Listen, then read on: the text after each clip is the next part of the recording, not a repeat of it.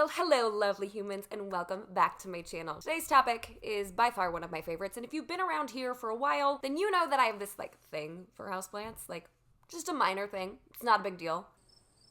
And if you are new here, my name is Jamie, and this is my lifestyle channel here on YouTube. I gotta tell you, one of my favorite reasons for having a YouTube channel is it motivates me to get really crafty and do all the things that I've been wanting to do for a really long time.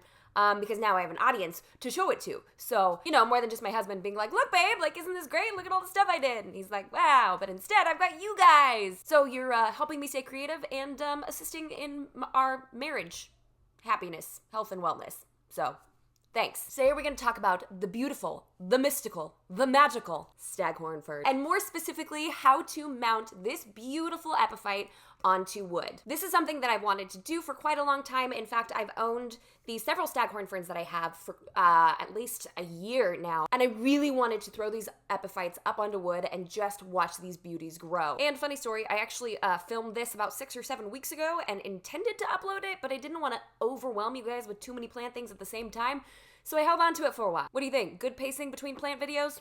Okay, but what I've noticed is there has actually been massive amounts of new growth on 2 of my 3 staghorn ferns that I mounted that I'll show you in this video. So it just goes to show you that it, 1, actually does work, and 2, the plants actually like it. The cool thing about staghorn ferns is they technically don't need soil to survive. They're considered an epiphyte, which means that in their natural habitat, they actually grow on the bark of trees. And so they're not down in the ground in soil, but rather up higher, growing in the trees, and they absorb their nutrients both from the air and from particles, dead leaves that fall and then decompose. So these little magical creatures are just so fascinating to me, and I couldn't wait to put some together for my home and share them with you guys. So, supplies you're gonna need. First of all, you're gonna need wood. Now for mine, I actually use pieces of old fence wood that I got at an antique store, but that's just because I like to take things that are normal and crank it up a notch and make it a little bit funky. My reasoning behind selecting this type of wood is because you want to select something that is rot resistant. That's stuff like cedar. Cedar is a great example.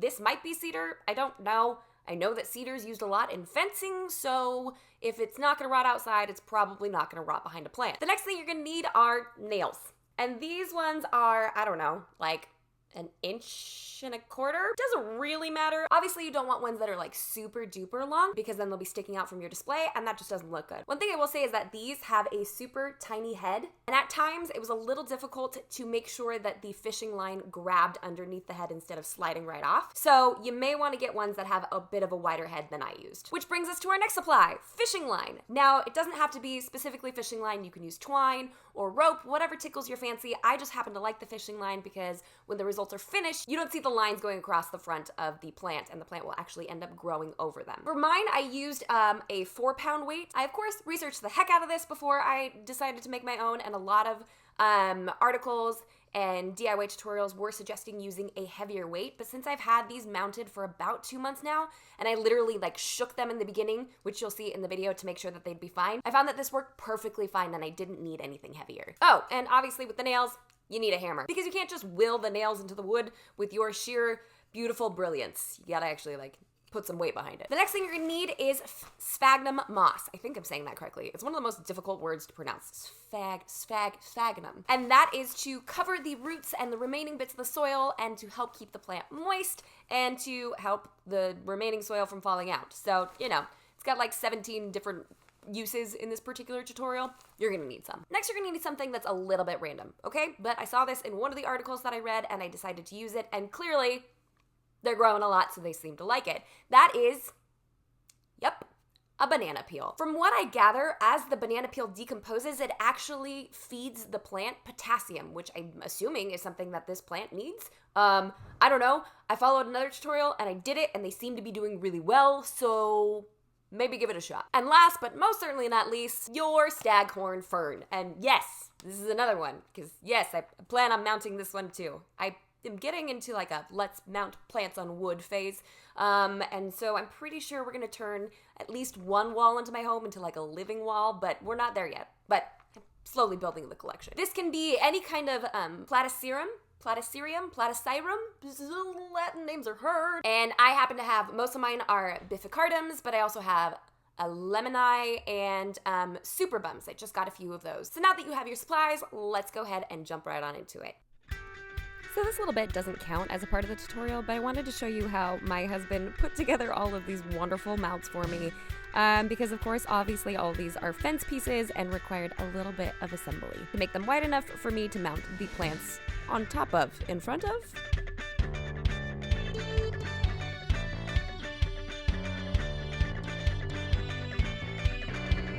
For the record, you do not need to go this extra when putting this together. You can buy the regular little, what are these called? This is like a... This is a tutorial. Yeah. Oh, okay. Yeah, in that case, you could buy... You can buy these. You can buy them pre-made, but this is already made. But we didn't have a lot of them, so that's why he drilled those out. So for the record, this is extra. You can buy this for like 98 cents. Yeah, sorry. You don't have to drill it out. Just get it. As he's explaining all this, I'm like, people aren't going to do this. People aren't going to do this. So now that my wood pieces are connected, I want to measure out just how far apart I need to put these nails.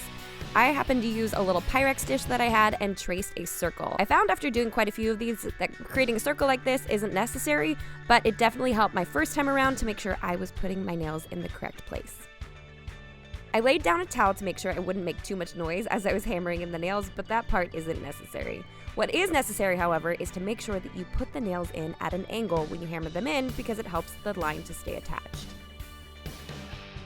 Next comes the really weird banana peels. I cut them down so they would fit a little bit better underneath the plant and then proceeded to remove the soil from the Staghorn fern.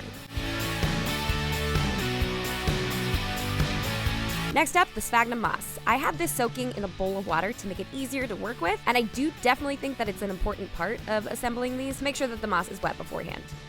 Grabbing the fishing line, I went to town.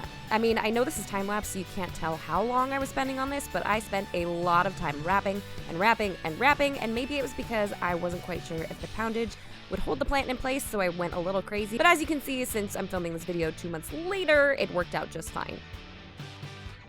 And just for kicks and giggles, I decided to show you the big fern as well, to show you that it's just as simple to do one, whether it's small, medium, or large.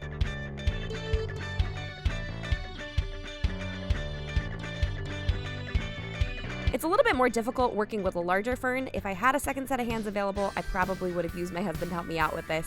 He's a lot more moss, a lot more string, but 2 months in and it's still hanging in just great.